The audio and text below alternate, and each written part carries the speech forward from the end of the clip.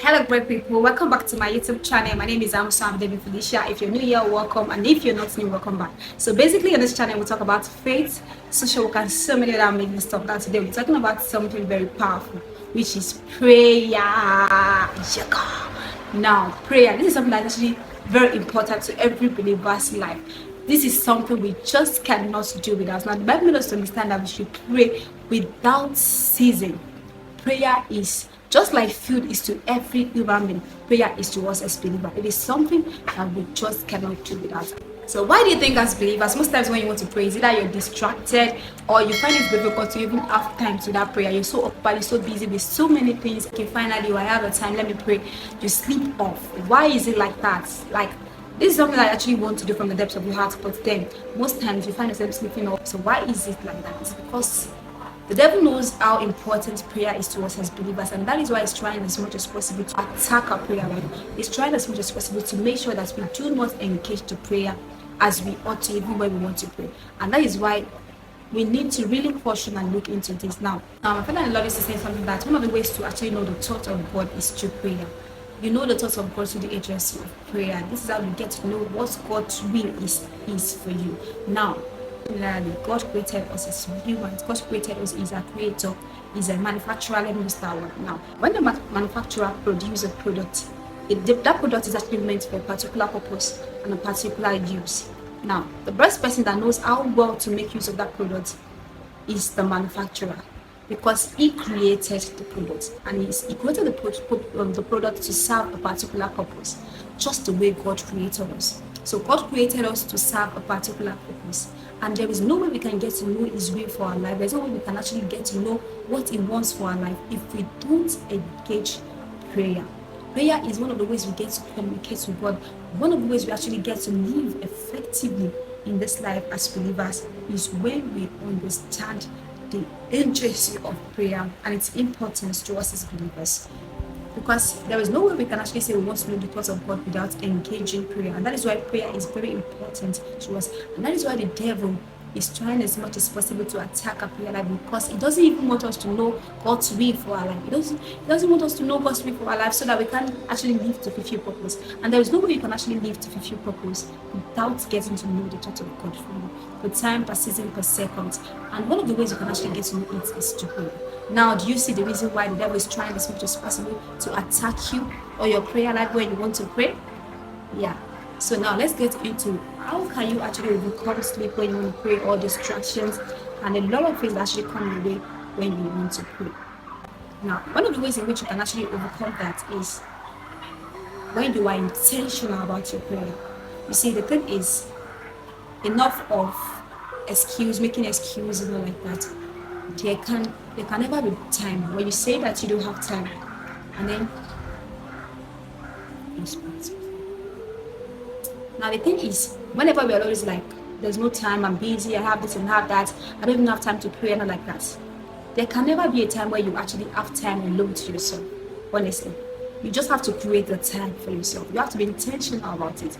You have to create the time for prayer and be intentional about keeping it. Now, if you're so occupied and you know you're busy, you're very busy, your schedule is busy and all like that, how about you engage my prayers?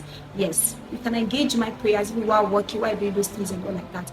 You know, one of the things about Jesus is that after every miracle that Jesus performed, so we try as much as possible to leave the crowd, leave the multitude, and we go personally to engage prayer, to pray. So you see in the book of Matthew, in the book of Mark, where Jesus went to pray. After the old miracles and the applause of men, Jesus went to pray. If Jesus could pray, how much more we? So we cannot be so engaged. Now look at the multitude of people that will come to Jesus, and they want healings, they want that and that. So it's busy, wants miracles, and imagine you have a solution of men at your hands. You can imagine how busy he is. But yet he had time. He made sure that there was time for him to pray after every of those miracles. He created time to pray. So no matter how busy you are, you have to be intentional about creating time to pray, because you know this is how you get to function more effectively. And is your creator, is the one who created you, is the one who owns your life.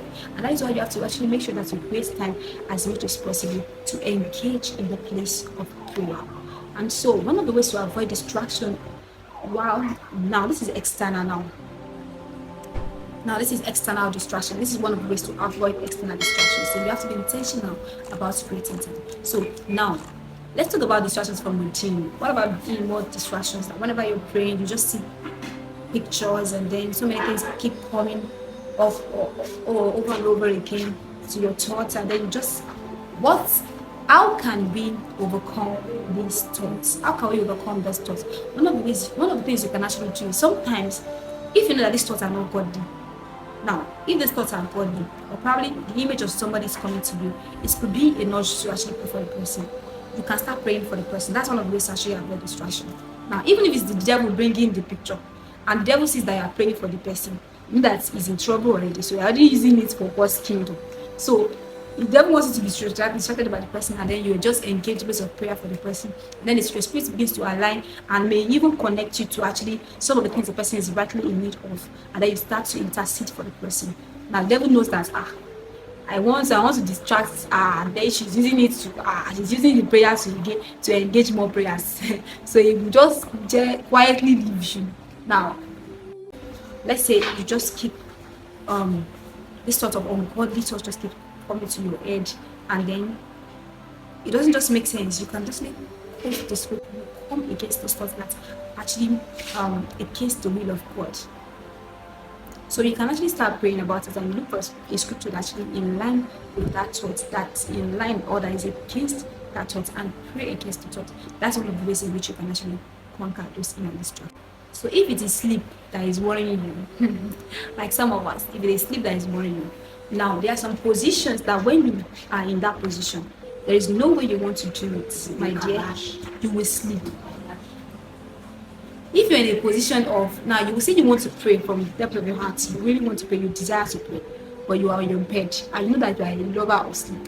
The Lord has blessed you with a special grace, and it's the grace of sleeping, and you don't want to pray.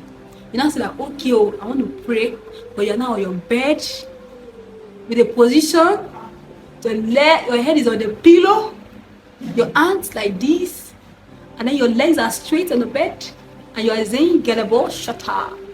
And your mind is not actually involved in the prayer, and you know that God has given you the grace to pray. My dear, stand up from your bed. Honestly, just get up from that bed right away, because you know that position already is already structuring your body to sleep. Like that position already is already giving your body signals to sleep. So try as much as possible to not to engage in a sleeping position that will make you sleep.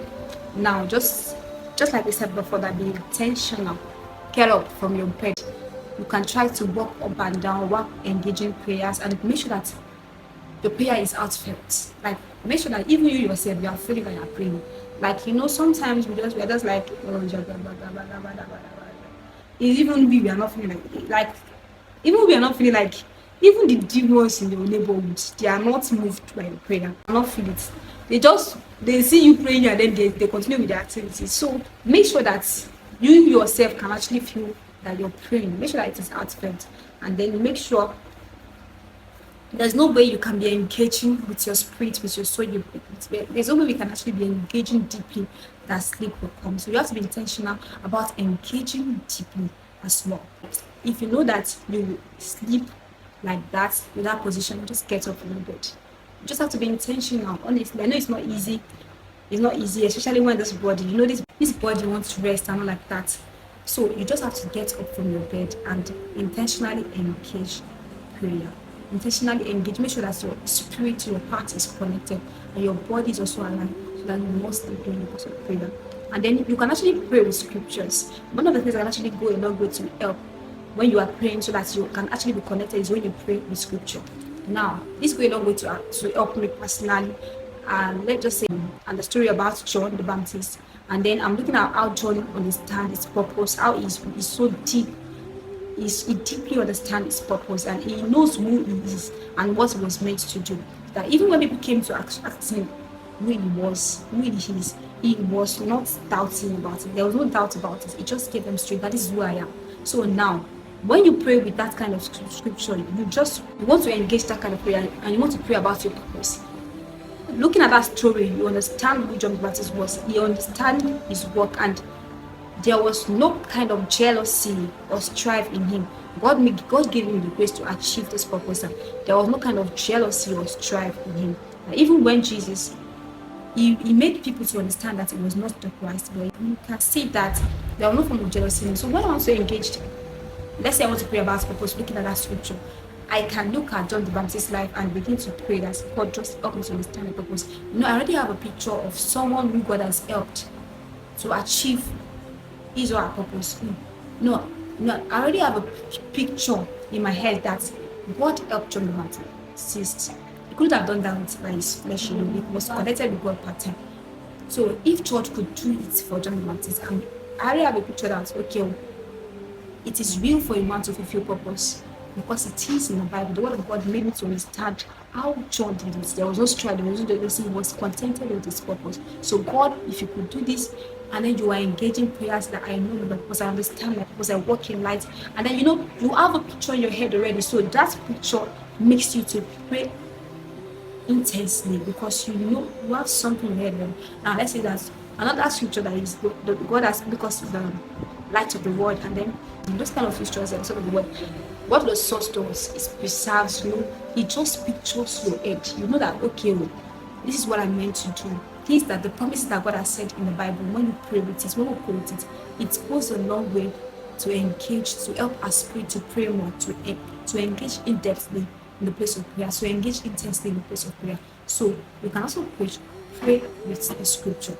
It goes a long way to help our prayer. The truth is, there are times when the body will really be feeling weak and you just don't want to pray. How about during those periods, you can just get before God and communicate how you feel. Now, you may not, it's not every time, I think I've said it before, right in this channel, that it's not every time you feel like scaboshing and there's catching everywhere. But during those times when you're just calm and then you cool in your spirit, you just want to have a conversation, or you just don't feel like praying at all, you can just get before God and just communicate how you feel.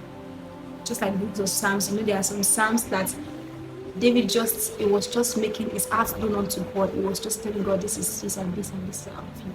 Just tell God how you feel. If there's anything troubling you, if there's anything you're going through, you can just communicate with God. Prayer is a form of communication, and we have different types of prayer. And praying in tongues isn't the only way to pray. You can also communicate with God with your mother tongues or with how you just feel. Just communicate how you feel exactly with God. Make sure it is our faith. Make sure you just communicate with God. So these are some of the ways in which you can overcome sleep while praying, or overcome distraction while praying. Thank you so much for taking our time to watch this video to the end. I am sure that you were blessed by one or two things, and please try as much as possible to leave a comment below if there's any topic you want me to talk about or do some research on so that I can speak about it. Please try as much as possible to comment below. Don't forget to subscribe and leave a thumbs up. Thank you so much for taking our time to watch to the end. I love you all deeply. See you in my next video. Bye.